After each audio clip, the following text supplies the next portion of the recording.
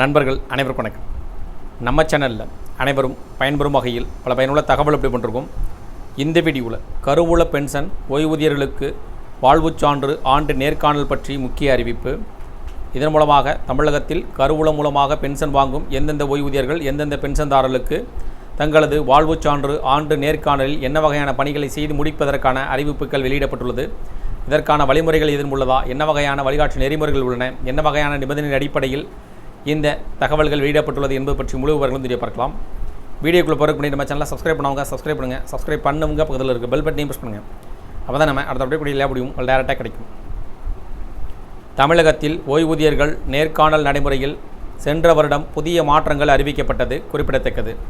அதன் அடிப்படையில் அவர்கள் ஓய்வு பெற்ற மாதத்தின் அடிப்படையில் வருடந்தோறும் நேர்காணல் செய்யக்கூடிய நடைமுறை பின்பற்றப்பட்டு வருவதும் குறிப்பிடத்தக்கது. அந்த வகையில் கருவூலம் மூலம் பென்ஷன் வாங்கக்கூடிய ஓய்வூதியதாரர்கள் தங்களது வாழ்வுச் சான்று நேர்காணல் செய்வதற்காக கருவூலம் அலுவலகத்திற்கு செல்லும் போது கண்டிப்பாக செய்ய வேண்டிய பணிகள் என்ன என்பதை பற்றி தெரிந்து கொள்ள வேண்டியதும் மிகவும் அவசியம்.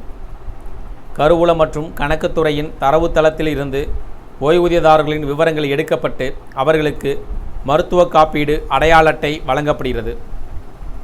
ஆனால் இந்த அட்டையின் ஃபோட்டோ இல்லாமல் இருக்கிறது. எனவே தங்களுக்கான மருத்துவ காப்பீடு அட்டையில் துணைவருடன் உள்ள புகைப்படத்தை புதிதாக மாற்றித்தர வேண்டும் என்று ஓய்வூதியதாரர்கள் அரசுக்கு கோரிக்கை வைத்திருந்தனர்.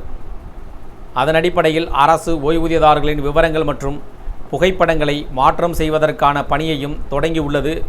இதுகுறித்து வெளியிடப்பட்டுள்ள அறிவிப்பில் தெரிவிக்கப்பட்டிருப்பதாவது, அடையாள அட்டையில் தங்களின் புகைப்படத்துடன் துணைவரின் புகைப்படத்தையும் ஒட்டி புதிதாக வழங்க உரிய நடவடிக்கை எடுக்க வேண்டும் என்று ஓய்வூதியர்கள் சங்கங்கள் சார்பில் அரசுக்கு கோரிக்கை வைக்கப்பட்டுள்ளன.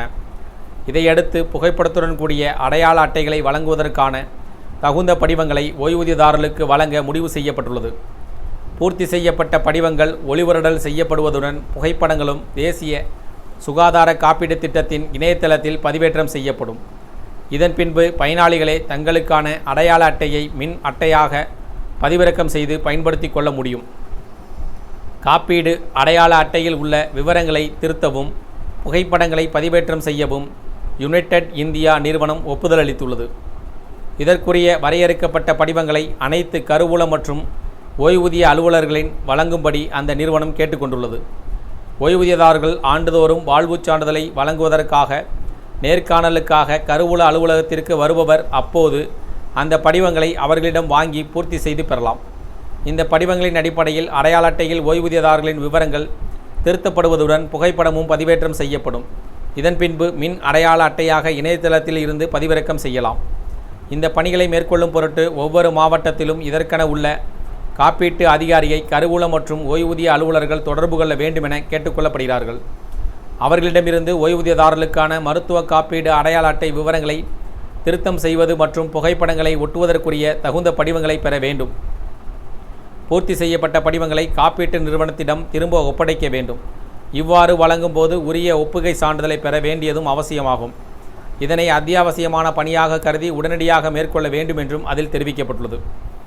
இந்த தகவல்கள் அறிவிப்புகள் பற்றி உங்களுடைய கருத்துக்கள் வேறும் சார்ந்த கூடுதல் விவரங்களை பற்றி கமெண்ட் செக்ஷனில் பதிவு பிடிச்சிருந்தால் லைக் பண்ணுங்கள். முடிந்தவரை இந்த வீடியோ உங்களுடைய நண்பர்கள் உறவினர்கள் அனைவருக்கும் ஷேர் பண்ணுங்கள், ஃபாலோ பண்ணுங்கள். மறக்காமல் நம்ம சேனலை சப்ஸ்கிரைப் பண்ணுங்கள். சப்ஸ்கிரைப் பண்ணுங்க, பக்கத்தில் இருக்க பெல் பட்டனையும் ப்ரெஸ் பண்ணுங்கள். அப்போ தான் நம்ம அடுத்த அப்படியே கூட எல்லா வீடியோவும் டேரெக்டாக கிடைக்கும். Thank you for watching.